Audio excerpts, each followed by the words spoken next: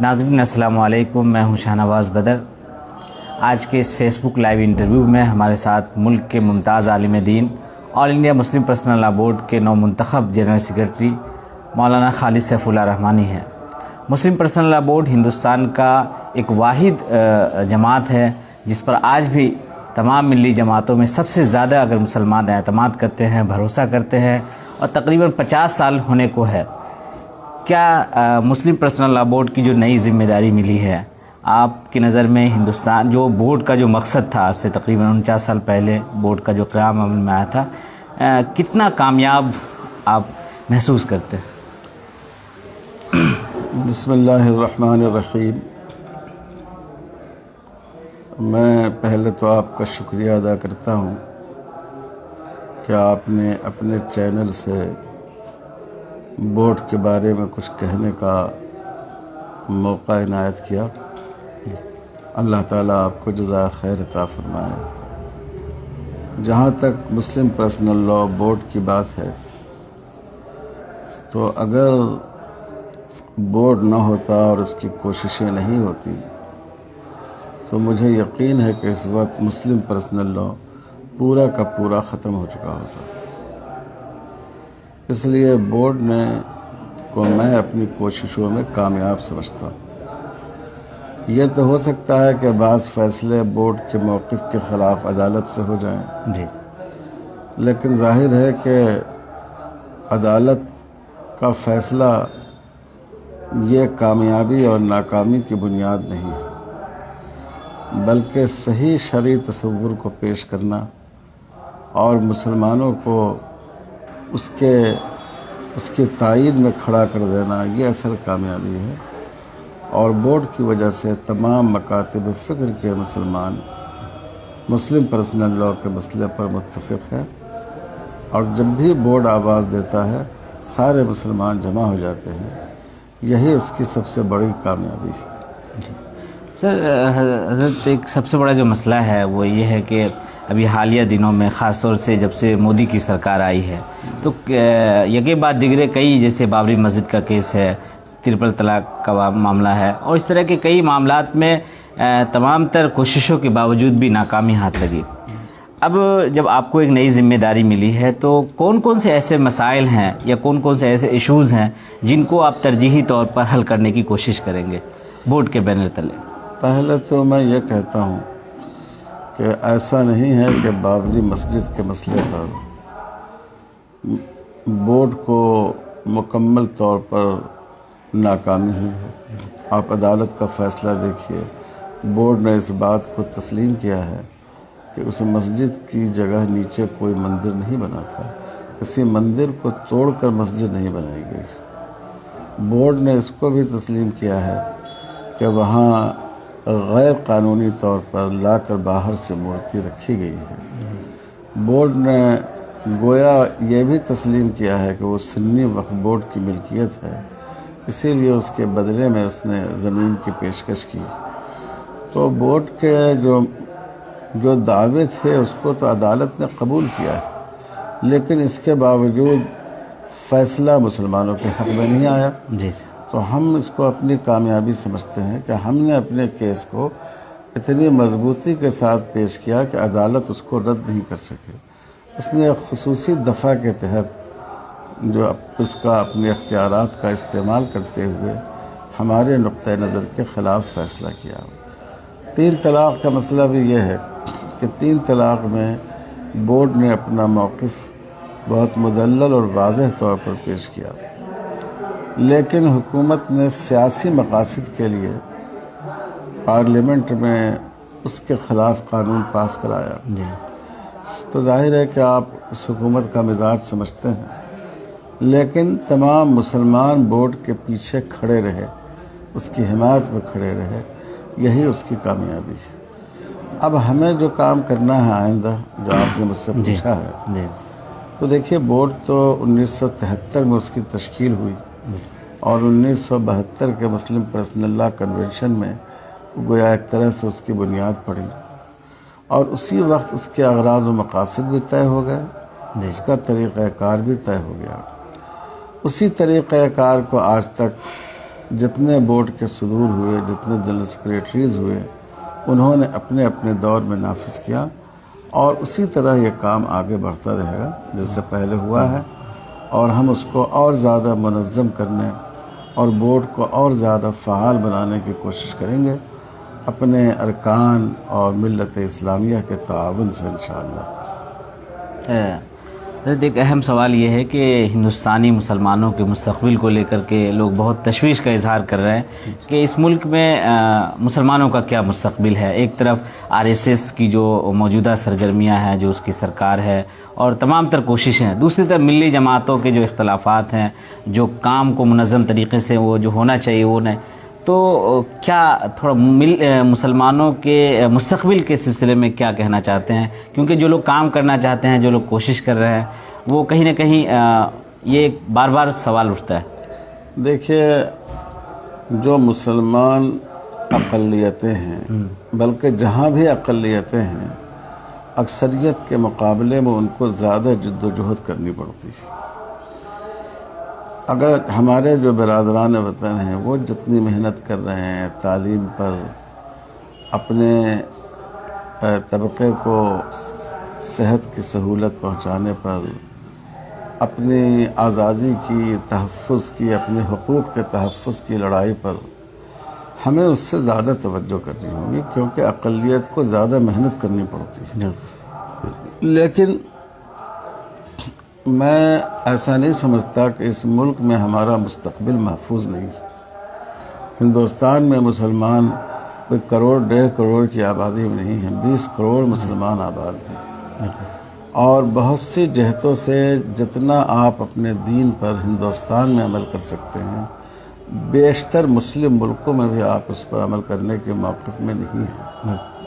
تو اس لیے ہم یہ سمجھتے ہیں کہ اس میں حوصلہ ہارنے کی اور خوف کرنے کی کوئی بات نہیں ہے۔ ہندوستان میں 1857 میں خراب حالات پیدا ہوئے، پھر 1947 میں مشکل حالات پیدا ہوئے اور کتنی خوریزی ہوئی، لیکن اس کے باوجود بھی مسلمان اپنی دین اور اپنی تہذیب کے ساتھ یہاں موجود ہیں، اور انشاءاللہ ہم اب بھی رہیں گے۔ ضرورت اس بات کی ہے کہ مسلمان اپنے اندر ثابت قدمی پیدا کریں، اور علماء بھی ان کو ثابت قدمی پیدا کرنے کی ترغیب دیں۔ ہمارے سامنے حضور صلی اللہ علیہ وسلم کا مدنی دور بھی ہے اور مکی دور بھی ہے، جس 13 سال میں کس صورتحال سے گزرتے ہوئے بھی صحابہ نے اپنے آپ کو ایمان پر قائم رکھا۔ تو آج خدا نخواستہ اتنے برے حال میں ہم نہیں ہیں، تو انشاءاللہ ہم ثابت قدم رہیں گے، اور یہ ہمارا کام ہے کہ ہم مشکل حالات میں بھی دین پر، اپنی تہذیب پر ثابت قدم رہیں۔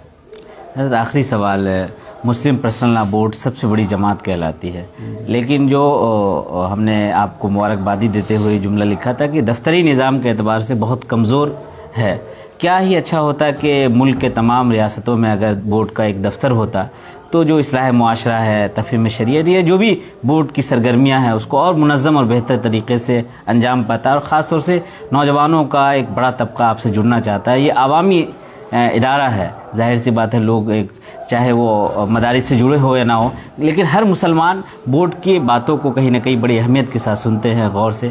تو اس کو بہت زیادہ عوامی بنانے کے لیے یا بورڈ کے پیغام کو پہنچانے کے لیے کون سا ایسا طریقہ کار یا آپ کے ذہن میں کیا خاکہ ہے جس پر آپ کوشش کریں گے نئی ذمہ داریوں پر؟ دیکھیے، جہاں تک دفتری نظام کو بہتر بنانے کی بات ہے تو بورڈ کا جو دفتر ہے وہ دہلی میں ہے، جی، اور ادھر لاک ڈاؤن کی وجہ سے بھی مشکلات پیدا ہوئیں، تو ہم لوگ خود فکر مند ہیں کہ اس دفتر کو زیادہ بہتر بنایا جائے، زیادہ فعال بنایا جائے، اور آپ دیکھیں گے کہ انشاءاللہ چند مہینوں میں کچھ تبدیلی، آپ اس میں بہتر تبدیلی محسوس کریں گے۔ جہاں تک ریاستوں میں دفتر کی بات ہے تو یہ اصل میں بورڈ کی بنیادی پالیسی کے خلاف ہے۔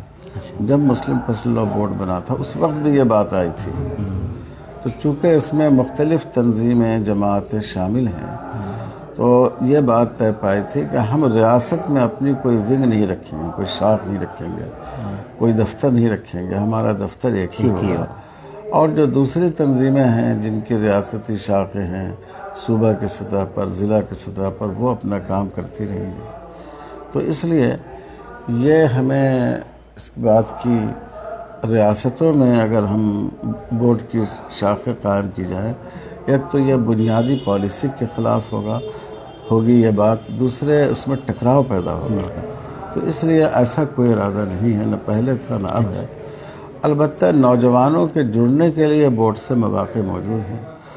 دیکھیے بورڈ کا ایک شعبہ ہے دارالقضا کا، جی، یہ تو ظاہر ہے کہ تربیت یافتہ افراد کو قضا کے کام پر معمور کیا جاتا ہے۔ بورڈ کا ایک شعبہ ہے تفہیم شریعت کا، جس کا تعلق وکلاء سے، پڑھے لکھے لوگوں سے، صحافیوں سے، میڈیا کے لوگوں سے ہے کہ قانون شریعت کے بارے میں ان کی غلط فہمیوں کو دور کیا جائے۔ اس طبقے کے لوگ اس سے جڑ سکتے ہیں۔ بورڈ کا ایک شعبہ ہے اصلاح معاشرہ کا، وہ بالکل عوامی شعبہ ہے کہ معاشرے میں جو برائیاں ہیں ان کو دور کیا جائے، نکاح کو آسان بنایا جائے۔ اس وقت مسلمان لڑکیاں غیر مسلم لڑکوں کے ساتھ جا رہی ہیں، اس سلسلے سے ان کو بچایا جائے۔ تو اس میں تو جتنے افراد شامل ہو جائیں کم، ہر فرد کے لیے دعوت ہے کہ وہ بورڈ کے اس مشن میں شریک ہوں اور اس میں کام کریں۔ بس بہت بہت شکریہ۔ بس آخری پیغام یہ ہے کہ اس وقت جو اختلافات ہیں خاص طور سے علماء میں، مسلمانوں میں، اس کے اثرات بہت زیادہ سماج پر غلط پڑ رہے ہیں۔ تو جو ہمارے ناظرین اس وقت جتنے بھی لوگ سن رہے ہیں اس میں ہر طبقے کے لوگ ہیں بلا تفریق مذہب و مسلک۔ بحیثیت بورڈ کے جنرل سیکرٹری کے آپ ان سے کیا کہنا چاہتے ہیں عوام سے؟ دیکھیے ایک بات تو یہ ہے کہ مسلم پرسنل لاء بورڈ کی جو بہت بڑی برکت ہے وہ یہ ہے کہ آپ بورڈ کے قیام کی تاریخ دیکھیں 1973 کی اور آج کا دن دیکھیں۔ اس وقت ایک اسٹیج پر مختلف مسلک اور مختلف تنظیموں کے لوگوں کا جمع ہونا بہت دشوار تھا۔ لوگ اس کو ناممکن سمجھتے تھے، صحیح، لیکن بورڈ کے قیام کی وجہ سے آج اللہ کا شکر ہے کہ مختلف مسلک و مشرب کے لوگ، مختلف تنظیموں کے لوگ ایک جگہ جمع ہو جاتے ہیں، بالکل مشترک مسائل پر بات کرتے ہیں۔ یہی بہت بڑا فیض ہے بورڈ۔ آج آپ جتنی بھی کوششیں دیکھ رہے ہیں جس میں مختلف مسلک کے لوگ اکٹھا ہو جاتے ہیں، بالواسطہ طور پر اس میں بورڈ کا حصہ ہے۔ اب ہمارا جو پیغام ہے اس موقع پر میں بورڈ کی طرف سے جو پیغام دے سکتا ہوں وہ دو بنیادی باتیں ہیں۔ ایک تو یہ ہے کہ ہم اپنے اتحاد کو اور زیادہ مضبوط کریں۔ دیکھیے اتحاد اس طرح نہیں ہو سکتا کہ ایک مسلک کے لوگ دوسرے مسلک میں ضم ہو جائیں، ایک تنظیم تحلیل ہو جائے اس کے لوگ دوسرے میں شریک ہو جائیں، یہ ناممکن ہے۔